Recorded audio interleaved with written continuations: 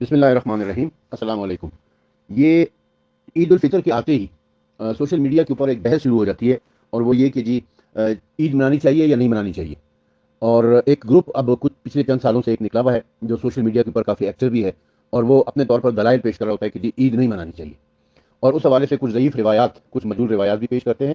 اور جو کچھ ان کی جو سب سے بڑی دلیل ہوتی ہے وہ یہ ہے کہ چونکہ عید الفطر کے دن امام علی علیہ السلام کا 10واں ہے، یعنی امام علی علیہ السلام کی شہادت کا 10واں دن ہوتا ہے، تو ہمیں 10واں منانا چاہیے، عزاداری کرنی چاہیے، کالے کپڑے پہننے چاہیے، خوشی نہیں کرنی چاہیے۔ اس حوالے سے چند گزارشات آپ کی خدمت میں پیش کرنا چاہتا ہوں۔ عید کا مطلب کیا ہے؟ عید کا مطلب ہے صاف ستھرے کپڑے پہن کر عید کی نماز ادا کرنا، جو امام رضا علیہ السلام کے لیے بھی مشہور ہے کہ کس شان سے چلے تھے نماز کو۔ فرمان معصوم علیہ السلام ہے کہ ہمارے سارے کے سارے محمد ہیں صلی اللہ علیہ وسلم۔ جب سارے امام علیہ السلام برابر ہیں تو پھر یہ من پسند ایام میں ہی سو کیوں کیا جاتا ہے؟ پھر تو 10 ذی الحجہ یعنی عید الاضحیٰ کو بھی امام محمد تقی علیہ السلام کا 10واں ہے۔ 18 ذی الحجہ یعنی عید غدیر کو امام محمد باقر علیہ السلام کا 10واں ہے۔ 9 ربیع الاول یعنی عید زہرہ کو رسول اکرم صلی اللہ علیہ وسلم اور امام حسن علیہ السلام کا 10واں ہے۔ 17 ربیع الاول جو کہ عید میلاد النبی اور عید میلاد امام صادق علیہ السلام کو امام حسن عسکری علیہ السلام کا 10واں ہے۔ 22 جمادی الثانی جس دن دسترخوان امام حسن علیہ السلام ہوتا ہے وہ جناب ام البنین کا 10واں ہے۔ 13 رجب جو کہ جشن مولود کعبہ ہے، عید مولود کعبہ ہے، اس کو امام علی نقی علیہ السلام کا 10واں ہے۔ 4 شعبان جو کہ غازی عباس علمدار کی ولادت کا دن ہے، اس دن امام موسیٰ کاظم علیہ السلام کا 10واں ہے۔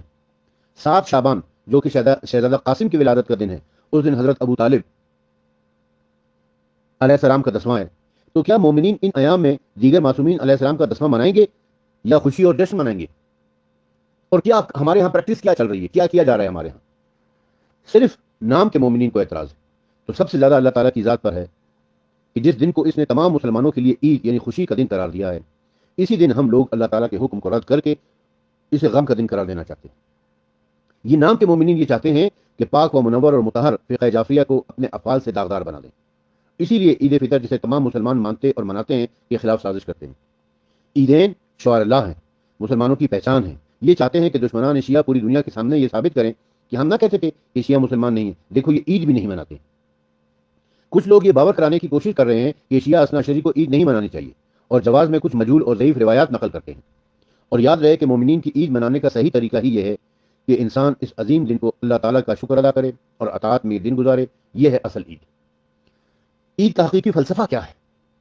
مسلمان ماہ رمضان کے روزوں کے شرعی فریضے کی ادائیگی کے بعد شوال کی پہلی تاریخ کو عید الفطر کا جشن مناتا ہے، کیونکہ وہ اللہ تعالیٰ کے اطاعت اور ماہ رمضان کے روزوں کی صورت میں اللہ کی طرف سے عائد فریضے کی ادائیگی میں کامیاب ہوا ہے۔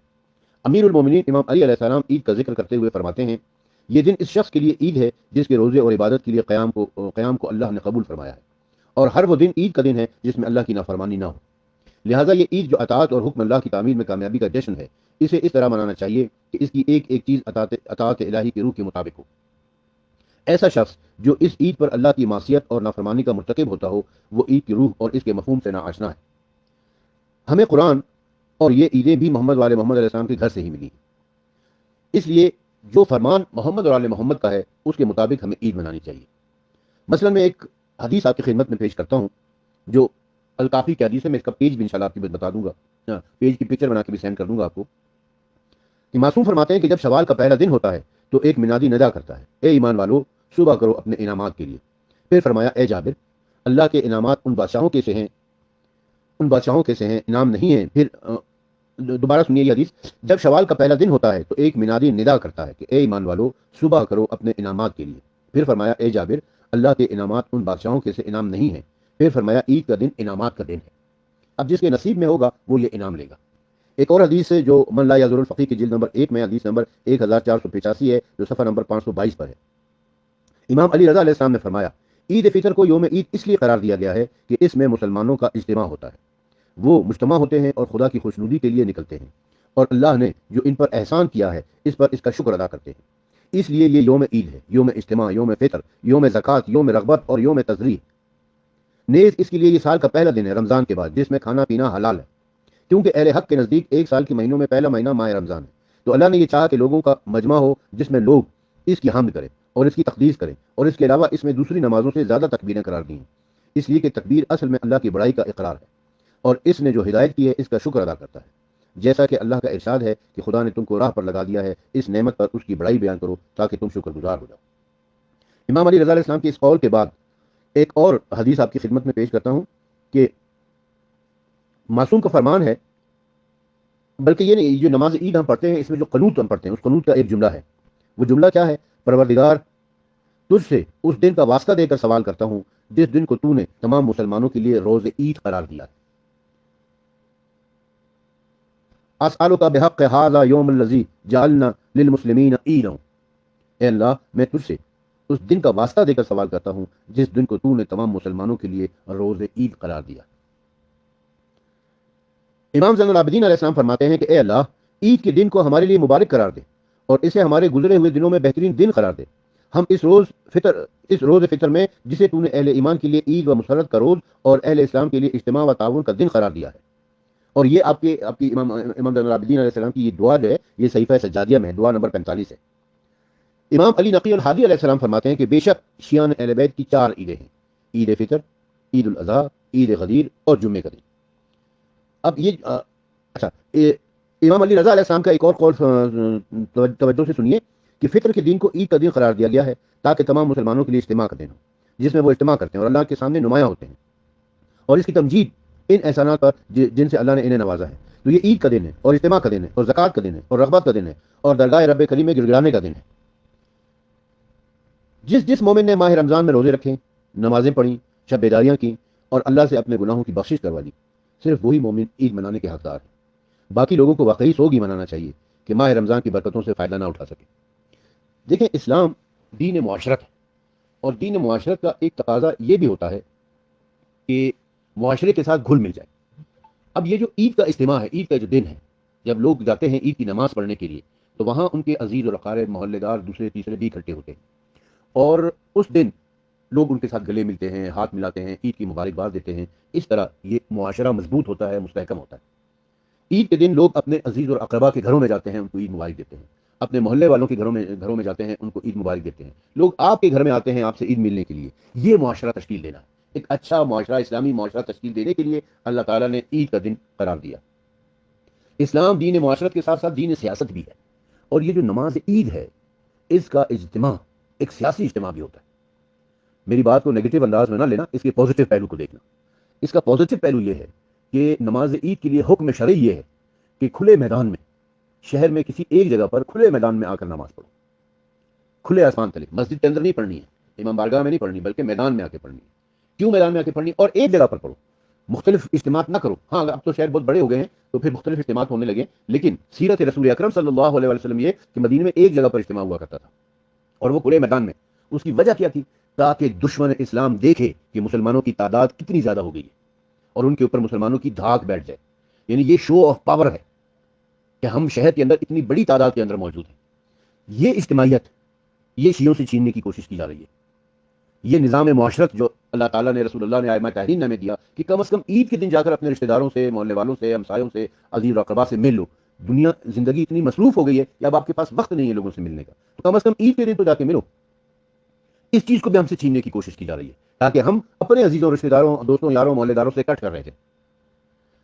اور جو سیاسی اجتماع ہے کہ جب سارے شیعہ اکٹھے ہوں گے، ایک جگہ پر نماز پڑھیں گے، تو جو دشمنان شیعہ ہیں وہ دیکھیں گے کہ اتنا بڑا اجتماع ہے تو ان کے اوپر شیعوں کی دھاک بیٹھ جائے گی۔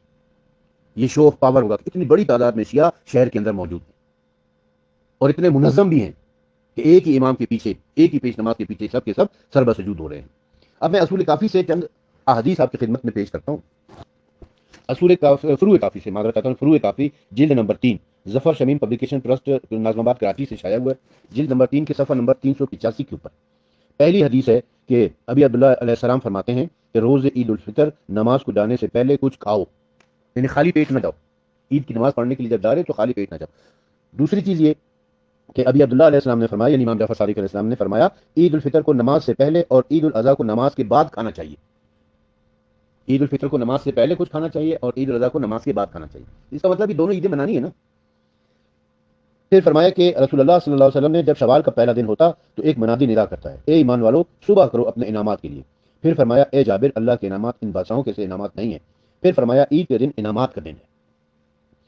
چوتھی حدیث ہے، فرمایا عید الفطر کہ صبح کو ایک منادی ندا کرتا ہے کہ صبح کرو اپنے انعامات کے لیے. اب حدیثیں تو بہت زیادہ ہیں، اگر ساری کتابوں سے پیش کرنا شروع کر دوں تو کافی طویل ہو جائے گا. لیکن اب اس حوالے سے جو ایک سوال یہ آتا ہے کہ کیا عید کے دن آپ عزاداری کر سکتے ہیں، ماتم کر سکتے ہیں، امام علی علیہ السلام کا تسبیح منا سکتے ہیں؟ تو دیکھیں، عید کے جو واجبات ہیں، چاند دیکھا فطرہ نکالیں اور فطرہ مستحق کے گھر تک پہنچائیں. نماز عید سے پہلے مستحق کا فطرہ پہنچا دیں، یہ واجب ہے، اس کو ادا کرنا ہے. دوسرا، نماز عید ہے، نماز عید پڑھیں. اس کے بعد اپنے عزیزوں سے، رشتہ داروں سے، دوستوں یاروں سے جس حد تک عید ملی جا سکتی ہے عید ملیں. اگر خدا نے توفیق دی ہے تو نئے کپڑے پہن کر جائیں، خوشبو لگا کر جائیں، لوگوں کے ساتھ عید ملیں تاکہ دین معاشرت قائم رہ سکے. اور پھر اس کے بعد آپ اگر عزاداری کرنا چاہتے ہیں تو ضرور کریں. عزاداری ایسی عبادت ہے جو کبھی بھی کسی بھی وقت کہیں پر بھی کی جا سکتی ہے، جس کی قضا نہیں ہے. میری تجویز یہ ہے کہ صبح سے لے کر دوپہر تک آپ عید منائیں، اور پھر شام کا جو دوسرا، اس دن کا جو دوسرا پہر ہے دوپہر سے لے کر رات تک عزاداری کریں، مجلس کریں، کالے کپڑے پہنیں، نوحہ پڑھیں، مرثیہ پڑھیں، ماتم کریں. علامہ سید شہنشاہ حسین نقوی کا ایک ویڈیو کلپ ایک مجلس کے دوران انہوں نے کہا، میں نے وہ مختلف سوشل میڈیا کے چینلز کے اوپر دیکھا ہے، کہ وہ فرما رہے تھے کہ عید کے دن عزاداری کرنی چاہیے یا نہیں کرنی چاہیے، ماتم ہونا چاہیے یا نہیں ہونا چاہیے، کالے کپڑے پہننے چاہیے یا نہ پہننے چاہیے. تو ان کا بھی یہی فرمانا تھا کہ عید کی جو واجبات ہیں، جو مستحبات ہیں، اسے ادا کرنے کے بعد آپ عزاداری کر سکتے ہیں. عزاداری کرنے کے اوپر شرعن کوئی پابندی نہیں ہے. عید کے دن ماتم کرنے پر، عزاداری کرنے پر کوئی پابندی نہیں ہے. علامہ سید شہنشاہ حسین نقوی نے فرمایا کہ میں نے اس زمانے کے دو بڑے مجتہدین، آیت اللہ العظمی سیستانی اور آیت اللہ العظمی خامنیائی سے رجوع کیا، استفتاء کیا اور ان سے فتوے منگوائے. بقول علامہ سید شہنشاہ حسین نقوی کے آیت اللہ سیستانی اور آیت اللہ خامنیائی کے فتوے، تحریری فتوے ان کے پاس موجود ہیں، اور دونوں مجتہدین نے یہ کہا ہے کہ عید کے دن عزاداری کرنا شرعن جائز ہے. جائز ہے، عزاداری کر سکتے ہیں. لہٰذا اس چیز کو جھگڑے کا بنیاد نہ بنائیں کہ عزاداری کرنی ہے یا نہیں کرنی ہے، لیکن عید کے واجبات اور مستحبات ادا کرنے کے بعد عزاداری کریں.